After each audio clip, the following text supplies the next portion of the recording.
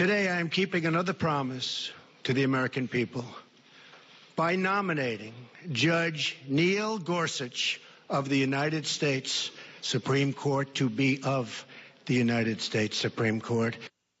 So that was a little over half an hour ago. President Trump there announcing his nominee for the Supreme Court. The 49-year-old appeals court judge Neil Gorsuch, known for his conservative views, and the appointment already drawing opposition. Democratic Senator Chuck Schumer saying that he has, his words, very serious doubts about Trump's pick. And in Washington, D.C., protesters are gathering as well outside of the Supreme Court. These are live pictures you're looking at right now. Josh Blackman is adjunct scholar at the Cato Institute. He joins us live out of Houston, Texas. Josh, good to talk to you. Appreciate your time. What do you make of this Neil Gorsuch appointment? One of the front runners, was it a surprise to you at all? No, it actually wasn't. I run a Supreme Court prediction market called Fantasy SCOTUS, and Judge Gorsuch has been at the top of our market for nearly 2 months now, so this did not come as a surprise. And I think this works for Trump on a number of levels. Gorsuch has a great education, a great background. He's had a number of opinions that show how he thinks about the law and the Constitution, and also he was approved and confirmed to the lower court unanimously, not a single vote against him. So it's going to be very difficult for the Democrats to oppose him. They will try. I think Judge Gorsuch has the credentials to get through to the top. Okay, so it is going to pass, is what you're saying. So I know you think that he is very much in the mold of Justice Scalia, but this is from Politico here. This is quoting Jeffrey Rosen from the National Constitution Center on Gorsuch.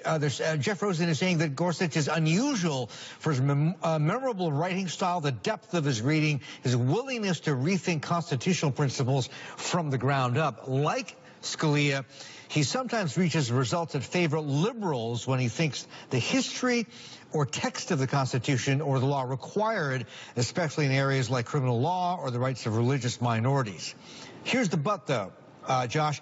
Unlike Scalia, he's less willing to defer to regulations and might be more willing to second-guess Trump's regulatory decisions. Do you agree? Oh, indeed. One of the big risks of appointing Judge Gorsuch is that he's been very skeptical of the administrative state. When President Obama was in office, that worked great for conservatives because they were skeptical of Obama. But now when Trump's in office, he may be skeptical of the Trump policies. From my perspective, I think that's a good move. The administrative state has gone far too large. And I think it's a time to restore some of the original understandings of how judges should view these agencies. Okay, let's take a step back, though. The Democrats, I mean, we were talking a couple of seconds ago about Chuck Schumer and his comments having very serious doubts about Gorsuch. In this particular instance, it's not 51, it's 60, so they're going to have to, the Dems are going to have to try and get some votes from across the aisle. You don't think they're going to be likely to do that? So there's a strategy to make, right? If they try to filibuster Gorsuch and they won't let the Republicans get to 60, Republicans can simply eliminate the filibuster altogether. And that makes it even easier for Trump to nominate a much more conservative justice to replace perhaps one of the liberals in a few years. So if the Democrats perhaps were wise, they would hold their fire, oppose Gorsuch, let a few moderate Democrats cross the aisle, and save their ammunition for the next big battle. But I think Judge Gorsuch will pass through. I don't think he'll have that much opposition. He's really smart, very well spoken, and it's going to be very hard to trip him up at the hearing. Okay.